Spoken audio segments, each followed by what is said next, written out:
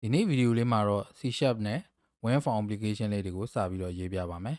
tutorial လေးတွေရေးပြရင်လည်းသက်ဆိုင်ရာ Win Form control တွေကိုတခါတည်းရှင်းပြသုံးပြတဲ့ပုံစံနဲ့တွားဖို့ပြင်ဆင်ထားပါတယ်အခု tutorial မှာတော့ TextBox ရယ် label ရယ် button ဆိုတဲ့ control ရယ်သုံးခုကိုသုံးပြမှာဖြစ်ပါတယ် IDE usage တွေ built-in class တွေကိုလည်းလိုအပ်တဲ့နေရာမှာလိုအပ်သလိုထည့်ပြောသားမှာဖြစ်တဲ့အတွက်လေ့လာမဲ့သူတွေအနေနဲ့ lesson တွေကိုအစဉ်လိုက်ပဲလေ့လာစေလိုပါတယ်ဒီနေ့ရေးပြမဲ့ program လေးရဲ့ form design ဖြစ်ပါတယ်ဒါလေးကတော့ TextBox လို့ခေါ်ပါတယ်စာရိုက်ထည့်လို့ရတဲ့အကွက်ကလေးဖြစ်ပါတယ်သူ့ရဲ့ဘေးနားမှာတော့ label ပါ TextBox ထဲမှာဘာထည့်ရမလဲဆိုတာကိုစာထိုးပေးတဲ့ control ပါအောက်ကတော့ button ပါသူ့ကိုနှိပ်လိုက်ရင်အလုပ်တစ်ခုခုလုပ်မယ်ဒါပါပဲသူအလုပ်လုပ်မဲ့ပုံစံက user name ကိုဒီ TextBox ထဲမှာရိုက်ထည့်လိုက်မယ်အောက်ကခလုတ်ကလေးကိုနှိပ်လိုက်ရင်ထည့်ပေးလိုက်တဲ့ user ရဲ့နာမည်လေးနဲ့နှုတ်ဆက်တဲ့ message လေးပြမယ်ဒီလိုလေးပေါ့ဒါလေးပါပဲစာရေးကြည့်အောင်ကျွန်တော်တို့ web form application တစ်ခုရေးဖို့အတွက် Visual Studio မှာ new project ယူလိုက်ပါမယ် create a new project ပြီးသွားရင် project template တွေထဲမှာကျွန်တော်တို့က web form application ဟိုမှာ C# ဆိုတဲ့ဟာလေးပါတဲ့ဟာကိုရွေးလိုက်ပါမယ်ပြီးသွားရင် next ပါ project နာမည်ကို tutorial 1လို့နာမည်ပေးလိုက်ပါမယ်ပြီးရင် next framework က .NET 6.0 ပဲရွေးပါမယ်ပြီးရင် create ပါ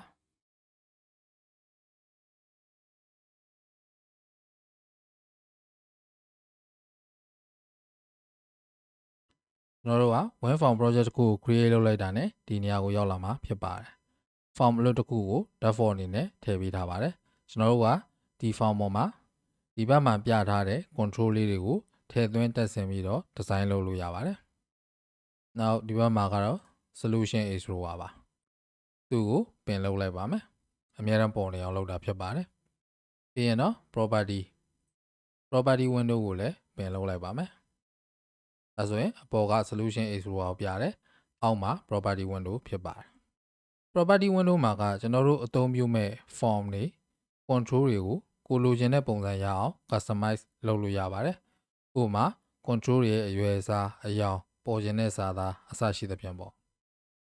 အခုကျွန်တော်တို့ design လေးစလုပ်ကြည့်အောင်ပထမဦးဆုံး label တစ်ခုကိုပေါင်ပေါ်ကိုယူလိုက်ပါမယ် common control ရဲ့အောက်က label ဆိုတာလေးကိုနှစ်ချက်နှိပ်လိုက်လို့လည်းရပါတယ်အဲဆိုရင် form ပေါ်မှာ label 1ဆိုတာလေးကပေါ်လာပြီဖြစ်ပါတယ်ဒီထဲမှာပေါ်နေတဲ့စာသားကို enter name ဆိုပြီးတော့ကျွန်တော်ကပြောင်းချင်တဲ့အတွက် label 1ဆိုတာလေးကိုရွေးမယ်ပြီးသွားရင် property window ရဲ့ text ဆိုတဲ့နေရာမှာ enter name လို့ပြောင်းလိုက်ပါမယ်အဲဆိုရင်ဒီ label လေးမှာလည်း enter name လို့ပြောင်းသွားပြီဖြစ်ပါတယ်နောက်တစ်ခုကတော့ TextBox ပါဒီမှာပါ TextBox ကိုနှစ်ချက်နှိပ်လိုက်မယ်နှစ်ချက်မနှိပ်ချင်ရင်လည်းဒီမှာရွေးပြီးတော့ form ပေါ်မှာနှိပ်လိုက်ရင်လည်းရပါတယ် TextBox ကိုဒီဘက်ကိုနည်းနည်းဆွဲရွှေ့လိုက်မယ်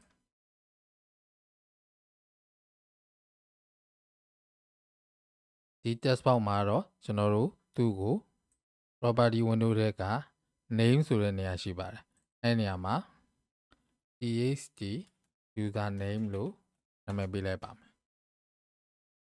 control တစ်ခုရဲ့ name ကိုပေးတယ်ဆိုတာဘေးပဲနာမည်ပေးလို့မျိုးမြင်ကြည့်လို့ရပါတယ်ကျွန်တော်တို့ကဒီ form ပေါ်မှာအသုံးပြုထားတဲ့ control တွေကို coding ဘက်မှာပြန်ပြီးတော့သုံးရဖို့ရှိတယ်ဆိုလို့ရှိရင် name ကိုပေးထားဖို့လိုပါတယ်ဥပမာဒီ enter name ဆိုတဲ့ label လေးဟာဒီတိုင်းပဲပြနေအောင်ပဲဖြစ်တဲ့အတွက်သူ့ကို coding ထဲမှာပြန်သုံးဖို့မရှိပါဘူးဒါကြောင့်မလို့သူ့ကို name မပေးလဲရပါတယ်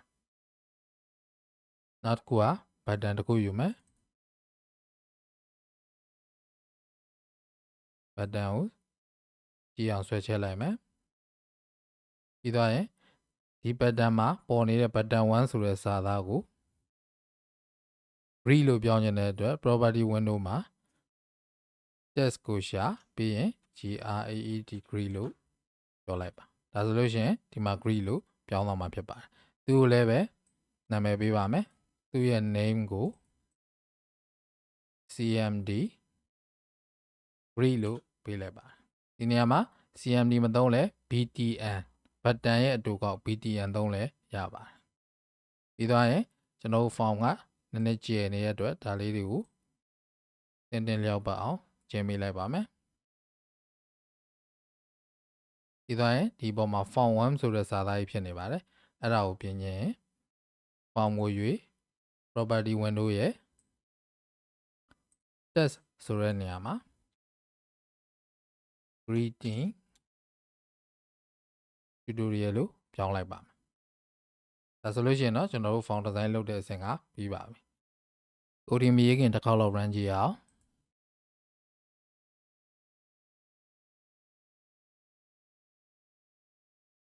ရှုံနေမှာဆိုလို့ဒီနောက်ကဟာကိုခဏ minimize လုပ်လိုက်ပါမယ်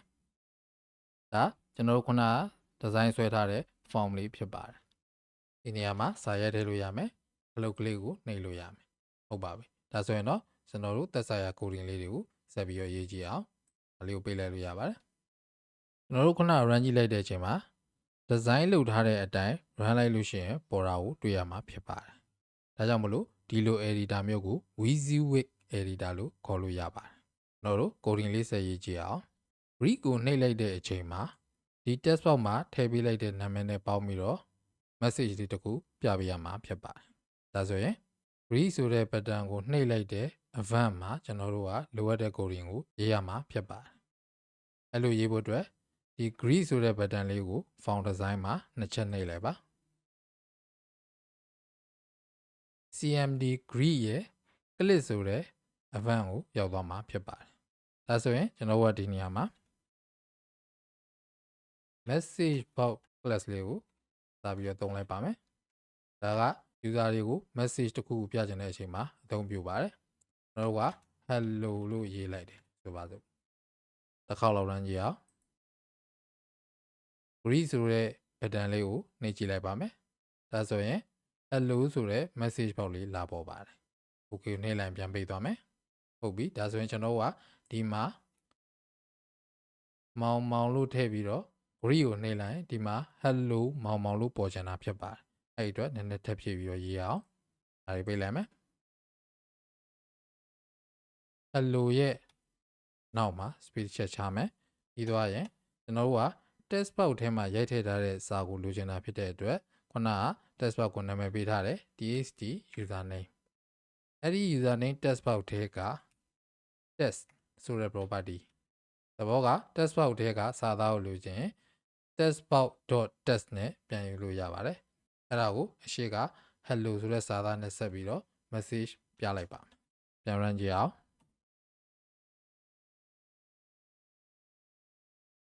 အဲ့တော့ဒီ text box ထဲမှာမလို့ထည့်လိုက်မယ်ပြီးသွားရင် greet ဆိုတဲ့ button ကိုနှိပ်ကြည့်လိုက်ရင် hello မဆိုတဲ့စာသားလေးပေါ်လာတွေ့ရပါတယ်ဒါမှတ်ထင်ပါတယ်ဒါကကျွန်တော်တို့ coding ရေးတဲ့နေရာဖြစ်ပါတယ်တကယ်လို့ခုနက form design လုပ်တဲ့နေရာကိုပြန်သွားခြင်းဒီပေါ်မှာ form 1.cs ရဲ့နောက်မှာ down ခွဲထဲမှာ design ဆိုတာရှိပါတယ်ဒါလေးကိုနှိပ်လိုက်ရင် design လုပ်တဲ့နေရာကိုပြန်ရောက်မှာဖြစ်ပါတယ် coding ရေးတဲ့နေရာကိုပြန်သွားခြင်းเนาะဒီလိုသွားလို့ရပါတယ်ဒါမှမဟုတ်ရင်လည်း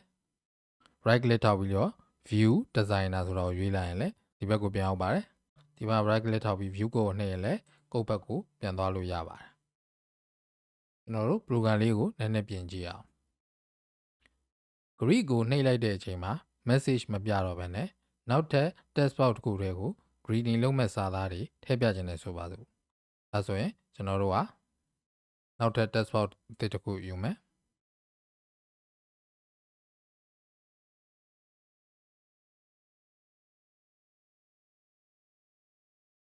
ဒီ text box ရဲ့နာမည်ကိုတော့ txt greet လို့နာမည်ပေးလိုက်မယ် greet ကိုနှိပ်လိုက်တဲ့အချိန်မှာဒီ text box ထဲကိုထည့်တဲ့ user name ရဲ့ hello ရဲ့ကိုပေါင်းပြီးတော့အောက်က text box ထဲကို display လုပ်တဲ့ပုံစံပြောင်းကြည့်အောင်ဒါဆိုရင် greet ကိုနှိပ်လိုက်တဲ့အချိန်မှာရေးမဲ့ coding ကိုနှစ်ချက်နှိပ်ပြီးသွားလိုက်မယ်ဒီနေရာမှာ message box မဟုတ်တော့ဘူးကျွန်တော်တို့က txt greet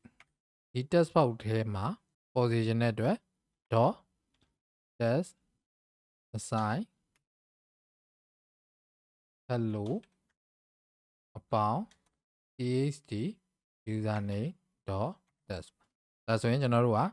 txt username တွေကစာသားရယ် hello ရယ်ကိုပေါင်းပြီးတော့ txt greet ထဲက test ထဲကိုထည့်လိုက်မယ်ဆိုလို့ရှိရင်တော့ txt greet test box မှာစာတွေပေါ်လာမှာဖြစ်ပါတယ်။အကြည့်အောင်ဒီနေရာမှာမောင်လို့ထည့်လိုက်မယ်။ပြီးတော့ရင် greet ဆိုတော့နှိပ်လိုက်ရင်ဒီမှာ txt greet test box ထဲကို hello မောင်ဆိုတဲ့စာသားဝင်လာတွေ့ရပါတယ်။ရမှတ်တယ်မှာဒီနေ့ကတော့လောက်ပါပဲဒီ tutorial လေးမှာ